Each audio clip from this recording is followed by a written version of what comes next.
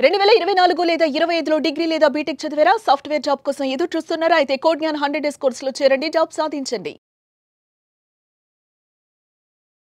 పాకిస్తాన్ చేసిన ప్రతి దాడిని చిత్తు చేసి తుత్తునియలు చేసినటువంటి సమగ్ర శక్తి భారతదేశానికి ప్రదర్శించిన ఒకే ఒక అంశం సుదర్శన చక్రం. ఏంటి ఆ సుదర్శన చక్రం?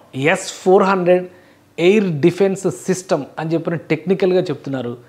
అంతటి సమర్థత ఇందులో ఏముంది? ఏ విధంగా పాకిస్తాన్ విసిరిన ప్రతి క్షిపణిని కూడా ఈ వ్యవస్థలు ధ్వంసం చేయగలిగాయి?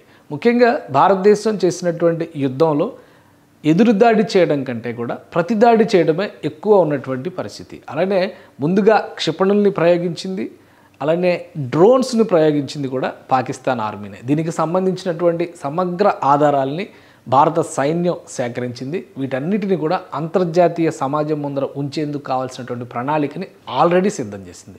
సో ఈ గెలుపులో దాడి చేయడం కంటే జరిగినటువంటి దాడిని నిలువరించడంలో సమగ్రంగా వ్యవహరించినటువంటిది అంశమే ఈ S-400 ఎయిర్ డిఫెన్స్ సిస్టమ్. అసలు చూద్దాం S-400 ఎయిర్ డిఫెన్స్ సిస్టమ్ అంటే ఏంటో. చూస్తే ఇక్కడ నిజంగానే సుదర్శన చక్రం ఇమేజ్లో కనిపిస్తుంది. ఒక క్షిపణి వచ్చినప్పుడు దాన్ని ఏ విధంగా ధ్వంసం చేస్తుందో ఈ ఇమేజ్ చూస్తేనే మనకు అర్థమవుతుంది. దీనికి సంబంధించినటువంటి వ్యవస్థ ఇది కేవలం ఒక వ్యాన్, ఒక వెహికల్ పైన ఏర్పాటు చేసినటువంటి వ్యవస్థగా కనిపిస్తుంది. 400 కిలోమీటర్ల దూరం నుంచి ఉన్నటువంటి క్షిపణులను కూడా గుర్తించి దీనికి ఉన్నటువంటి రేడార్ సిస్టమ్స్తో వాటిని గుర్తించి వాటి లక్ష్యాలను ఫిక్స్ చేసిన వెంటనే ధ్వంసం చేయడమే టార్గెట్గా ఈ వ్యవస్థలన్నీ కూడా పనిచేస్తాయి. ఇటీవల కాలంలో ఇది సూపర్ వెహికల్గా, సూపర్ వెపన్గా అందరి మన్ననలు పొందుతుంది. ముఖ్యంగా రష్యా ఉక్రెయిన్ యుద్ధంలో కూడా దీన్ని విరివిగా ఉపయోగించింది. దీని డెవలప్మెంట్ ప్రాసెస్ అంతా చేసింది కూడా రష్యానే. రష్యా దీన్ని తయారు చేసిన తర్వాత అనేక మాడిఫికేషన్స్ జరిగినాయి. S-400 రూపంలో ఇది పెద్ద ఎత్తున అభివృద్ధి చేసిన తర్వాత అనేక దేశాలు దీనిపైన ఆసక్తి చూపించినాయి. ఇప్పుడు ఉక్రెయిన్ యుద్ధంలో కూడా ఇది కీలక పాత్ర పోషించినటువంటి వెపన్. సో ఇందులో కీలకమైన అంశాలు ఏంటి? Mobile surface to air defence system. Mobile surface to air defence system అంటే ఎక్కడికైనా మూవ్ చేసేటువంటి వ్యవస్థ ఇది.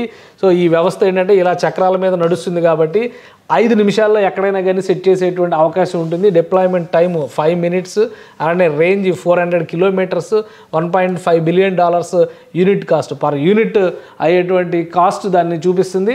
అలానే ఇది ఎయిర్ క్రాఫ్ట్స్ని, డ్రోన్స్ని, క్రూయిజ్ మిసైల్స్ని, బ్యాలిస్టిక్ మిసైల్స్ని కూడా, బ్యాలిస్టిక్ మిసైల్స్ అంటే ఇది గైడెడ్ మిసైల్ సిస్టమ్స్ని కూడా ఇది ట్రాక్ చేస్తుంది. ఇక సర్వేలెన్స్ విషయంలో 360 degrees రేడియేషన్తో ఎటువైపు నుంచి వెపన్ వెళ్తున్నా కానీ దాన్ని గుర్తించేటువంటి సామర్థ్యం దీనికి ఉంటుంది. దీనిలో ఉపయోగించేటువంటి మిసైల్స్ రేంజ్ కూడా 4 రకాల మిసైల్స్ రేంజ్ ఉంటుంది. 9M96E, 48N6E2, అలానే 48N6DM, 40N6E, ఇవన్నీ కూడా ఒక్కొక్క రేంజ్ ఉన్నాయి చూడండి. 400 కిలోమీటర్లు, 250 కిలోమీటర్లు, 200 కిలోమీటర్లు, 120 కిలోమీటర్లు. సో ఒక సమగ్రమైనటువంటి అధునాతనమైన వ్యవస్థగా దీన్ని మనం చూడాల్సి ఉంటుంది. ఈ వెపన్ని తయారు చేసినటువంటి విధానమే చాలా ఆసక్తికరంగా ఉంటుంది. మీరు చూస్తే ఇది పనిచేసేటువంటి విధానం 360 degrees అన్నారు కాబట్టి ఎటు నుంచి వెపన్ వచ్చినా కానీ దాన్ని ట్రాక్ చేసే విధంగా దీన్ని డిజైన్ చేశారు. రష్యన్ ఇంజనీర్స్ దీన్ని తయారు చేశారు. 1999 నాటికే ఇవి డెవలప్ చేసినటువంటి S-200 రకం, తర్వాత అప్గ్రేడెడ్ వర్షన్ ఇప్పుడు S-500 సిరీస్ను డెవలప్ చేశారు.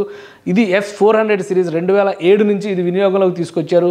ఇప్పుడు ఉన్నటువంటి అధునాతన వ్యవస్థల్లో ఇది కూడా చాలా ముఖ్యమైనటువంటి వ్యవస్థ. సో ఆ రేడార్ ట్రాక్ చేస్తుంది. అదే తరహాలో దానికి కావాల్సినటువంటి ఈ మిసైల్ని ధ్వంసం చేసేటువంటి మిసైల్ విధ్వంసక క్షిపణిని ఇందులో లోడ్ చేసేటువంటి వ్యవస్థను మనం చూస్తున్నాం. దానిలోనే ఒక కంట్రోల్ రూమ్ తరహాలో ఉంటుంది.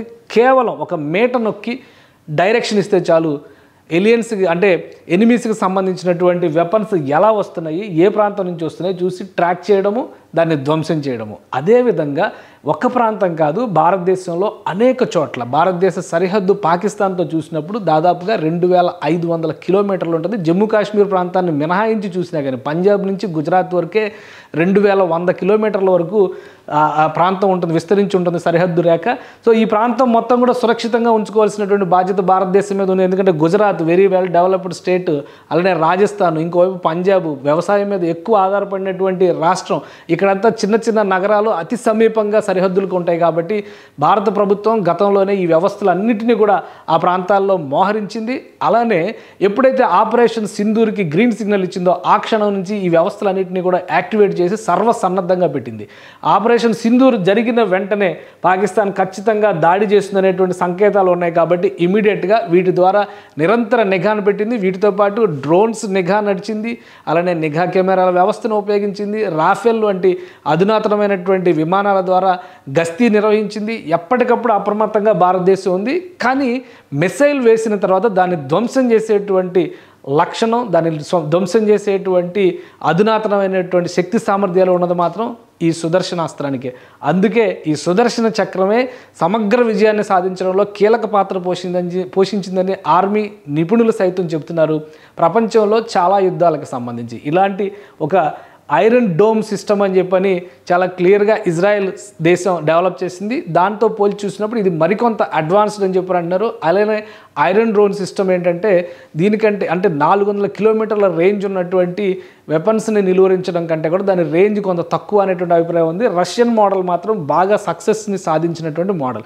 సో ఇప్పుడు భారతదేశపు గడ్డ మీద ఒక్క పాకిస్తాన్ క్షిపణి కూడా పడడానికి అవకాశం లేకుండా అడ్డుకున్నటువంటి సుదర్శన చక్రం మాత్రం ఖచ్చితంగా S-400 ఏరో డైమెన్షన్లో ఉన్నటువంటి ఏరో డిఫెన్స్ సిస్టమ్ కింద మనం అంగీకరించాల్సి ఉంటుంది. భారతదేశం ఒక వ్యూహాత్మకమైనటువంటి యుద్ధాన్ని చేసింది. పాకిస్తాన్ పదే పదే కవ్వింపులకు పాల్పడడం, జమ్మూ కాశ్మీర్లో ఫైరింగ్ చేస్తుండడం, మరోవైపు పంజాబ్, రాజస్థాన్లో, గుజరాత్లో సరిహద్దులపైన మిసైల్ అటాక్స్ చేసేటువంటి ప్రయత్నం చేసినప్పుడు మొదటి టార్గెట్ పాకిస్తాన్కు ఉన్నటువంటి ఎయిర్ డిఫెన్స్ సిస్టమ్స్ని కొలాప్స్ చేయడం. అవన్నీ కూడా అమెరికన్ మేడ్, చైనీస్ మేడ్, ఇవన్నీ కూడా కొలాప్స్ అయిపోయినాయి. వాటిని ధ్వంసం చేసిన తర్వాత నేరుగా పాకిస్తాన్ నగరాల మీద అటాక్ చేసింది. పాకిస్తాన్ వేసినటువంటి క్షిపణుల్ని అడ్డుకునేందుకు ఈ సుదర్శన చక్రాన్ని అడ్డుగా వినియోగించింది. ఇది 100% పనిచేసింది. సమగ్ర విజయాన్ని భారతదేశానికి అందించడంలో S-400 సక్సెస్ అయిందని చెప్పి మనం చెప్పొచ్చు. ఇది ఒక సుదర్శన చక్రంలా మన చేతిలో నిలిచిందని చెప్పడానికి ఇంతకంటే ఆధారం ఉండదు. కాబట్టి రక్షణ వ్యవస్థల్ని బలోపేతం చేయడం, నిఘా వ్యవస్థల్ని పటిష్టం చేయడం, దాడి జరిగిన వెంటనే ప్రతిదాడి చేసేటువంటి విధంగా సైన్యం మొత్తాన్ని కూడా సర్వసన్నద్ధం చేయడం, ఒక సమగ్రమైనటువంటి ప్రణాళికతో భారత ప్రభుత్వం ముందడుగు వేసింది. దానికి తగ్గట్టుగా ఇంటెలిజెన్స్ సంస్థలు పనిచేసాయి. వీరందరి సమిష్టి కృషి వలన 48 గంటల్లో పాకిస్తాన్ తోక ముడిచేంతటి బలమైన విజయాన్ని భారత్ నమోదు చేయగలిగింది. దానికి ప్రధానమైనటువంటి కారణాల్లో ఈ సుదర్శన చక్రం ఒకటి. సుమన్ టీవీలో మీ పర్సనల్ అండ్ బిజినెస్ ప్రమోషన్స్ కోసం కింది నెంబర్కి కాంటాక్ట్ చేయండి.